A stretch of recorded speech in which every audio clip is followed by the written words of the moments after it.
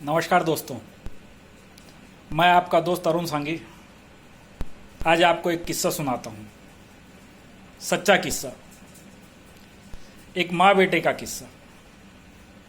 एक माँ थी जो कि बहुत कम उम्र में विडो हो गई थी। हरियाणा की रहने वाली थी, कोई औलाद नहीं थी। उसने एक बेटे को गोद लिया। छोटा ही था बेटा। माँ बेटे दोनों अकेले रहते थे। धीरे धीरे समय बीतने लगा, बेटा बड़ा होने लगा, परंतु नियति का कुछ खेल था। माँ और बेटे में आपस में उतनी नहीं बनती थी। समय बीतता गया, बेटा बड़ा हो गया, शादी हो गई, 2 बच्चे हो गए, परंतु वही माँ और बेटे में उतनी आपस में नहीं बनती थी। एक बार किसी कारण से माँ बेटे में आपस में कुछ विवाद हो गया। बेटे ने गुस्से में अपनी पत्नी और बच्चों समेत घर छोड़ दिया। घूमते घूमते वह हैदराबाद आ गया। हैदराबाद आ करके उसकी एक सरकारी नौकरी लग गई और वह अपने बच्चों का भरण पोषण करने लगा। समय बीतता रहा। एक दिन बेटे को खबर आई, एक पत्र मिला माँ का, जिसमें लिखा था, नदी के किनारे का गिरता हुआ पेड़ हूं, मुझे आकर संभाल लो। बेटा तुरंत हरियाणा पहुंचा। उस समय में इतनी सुविधाएं नहीं थी, 2-2 3-3 ट्रेनें बदल कर जाना पड़ता था और साथ ही उतना पैसा भी नहीं था। बेटा गया, देखा माँ बहुत बुरी हालत में है। कैंसर हो गया था, शरीर से स्मेल आने लगी थी। बेटा किसी प्रकार माँ को अपने साथ लेकर के हैदराबाद वापस आ गया। रास्ते में भी अनेक कठिनाइयों का सामना करना पड़ा, क्योंकि शरीर से बदबू आ रही थी और दूसरे जो साथी लोग थे वो लोग बेटे के ऊपर काफ़ी चिल्ला रहे थे। खैर बेटा आया,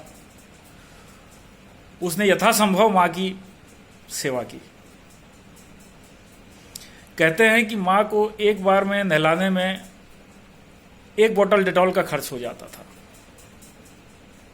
इतना माँ का शरीर खराब हो गया था कैंसर के कारण। फिर समय बीता, माँ परलोक सिधार गई। समय का चक्र है, चलता रहा। बेटे का परिवार भी काफ़ी बड़ा हो गया और देखते देखते बेटा 80 साल का हो गया। बेटा जब 80 साल का हुआ,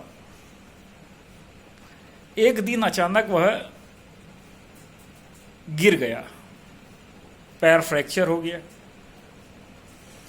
और उस फ्रैक्चर के कारण ऑपरेशन करवाने के बाद पैर तो ठीक हो गया, परंतु बेटे ने हिम्मत छोड़ दी थी।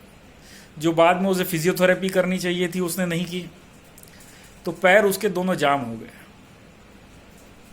और जिंदगी के करीब आखिर के 7-8 साल उसके बिस्तर पे ही गुजरे।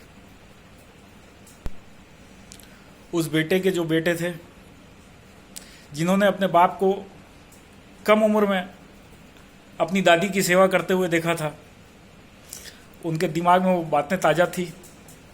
उन्होंने देखा था कि उनके बाप ने कैसे उनकी दादी की सेवा की थी। बेटों ने भी यथासंभव अपने बाप की सेवा की। 7-8 साल तक जितना हो सका उन्होंने भी सेवा की और फिर बेटा भी परलोक सिधार गया। तो दोस्तों, आज ये कहानी मैं आपको क्यों सुना रहा हूँ? ये कहानी इसलिए मैं सुना रहा हूँ दोस्तों कि कोई नहीं जानता है कि समय के गर्त में क्या छिपा रखा है। जब हम जवान रहते हैं, अपने माँ बाप को कुछ नहीं समझते हैं।